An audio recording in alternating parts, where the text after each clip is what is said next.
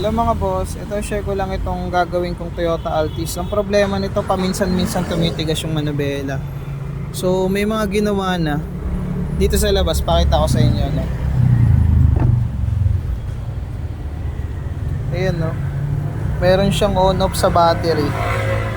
Para, ewan ko, para siguro hindi ma-discard yung battery. Ewan ko ba dito? Ngayon ko lang nakita ito, pang on-off sa battery. Ito yung remote niya. Ito yung kinabit kasi hindi makuha yung problema. Tumitigas kasi yung manubela. Ito bago na rin yung battery.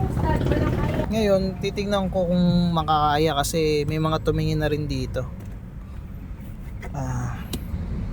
Ay, naka-off pala. Ayan o, pag in-on ko siya, ayan, makikita nyo. Dito yung exclamatory point.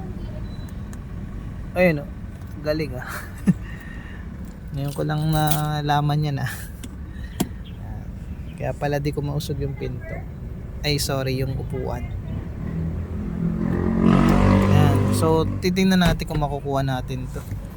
Alam ko sabi okay daw alternator eh. Scan muna natin bago tayo maggalaw. Okay naman daw yung alternator nito eh. Tapos pinalitan na rin ng battery. Toyota Altis. Ayan, lahat normal, no? Kahit dun sa kanyang power steering, normal. So start natin. Ayan mga boss, bale yan, wala siyang check engine o kahit ano, walang lumabas dito. Okay mga boss, road test lang muna tayo, no? Para malaman ko din kung may lalabas na problema. Kasi hindi naman pwede natin tirahin palagi yan o tirahin agad, wala tayong direksyon. Kaya kailangan muna natin na i-road test para sigurado tayo.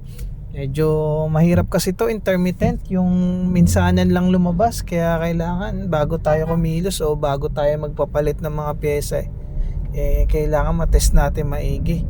Ang hirap naman kasi mga bossing, yung mga ganitong klase, ubos talaga to ng oras, panahon. Maganda sana yung problema is lalabas agad.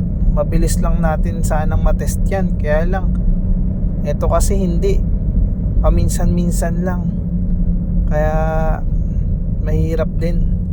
So, mamaya pagkabalik ko dun sa shop, titingnan ko muna yung alternator, yung charging.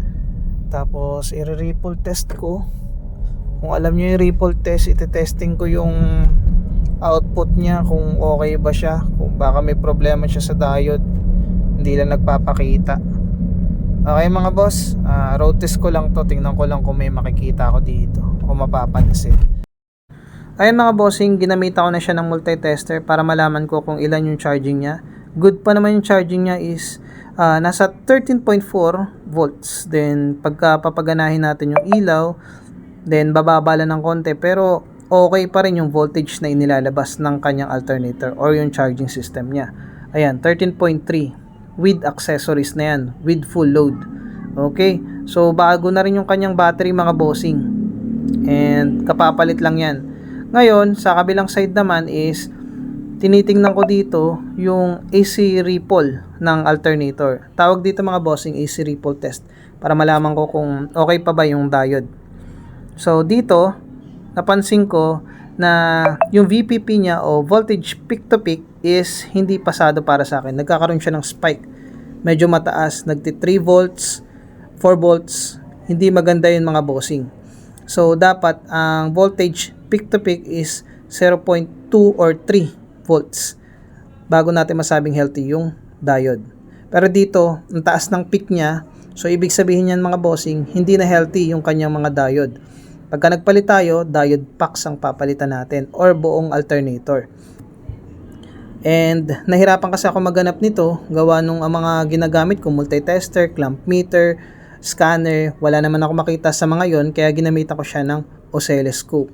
So napansin ko dito na yun yung problema is mukhang intermittent na shorted or leaking yung kanyang diode.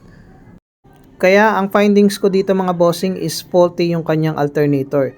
Leaking o shorted yung kanyang diode pack intermittent. Okay, so ang gagawin natin dito is papalitan ng buo o di kaya papa-repair para mapalitan yung diode box. Sa voltage regulator kasi niya, okay pa, gawa nung na adjust pa rin naman niya ng tama, 13.3 yung voltage ng charging system. So, yun mga bossing, update ko na lang kayo kung papalitan yung alternator, then retest natin kung magiging okay na yung kanyang sasakyan. Okay, medyo matagal kasi bago lumabas, mga 1 linggo pa siguro yan bago lumabas eh. Pero eto, may nakita tayo dito, kaya ang sasabihin natin dito sa may-ari is alternator yung problema. Okay, update ko na lang kayo mga bossing, once na pinapalitan yung alternator, then i-retest natin yan para makita nyo rin kung anong difference ng voltage peak to peak at saka kung gaano kaganda yung waveform na ilalabas ng bagong alternator. Okay, yun lang mga bossing, maraming salamat po sa panonood. And share nyo rin po sa iba para malaman din ito. Maraming salamat po.